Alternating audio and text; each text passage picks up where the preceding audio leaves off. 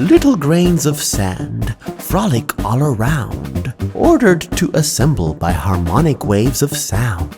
Little grains, attention, assemble properly. Stand now in formation and compose some geometry.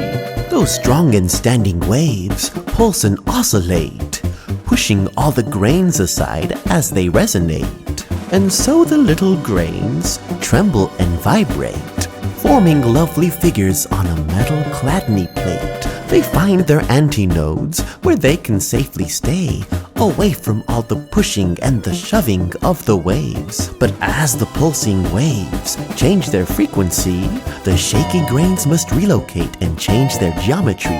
What act of sound and sand, what show of resonance, what dazzling display it is, this rare cymatic dance.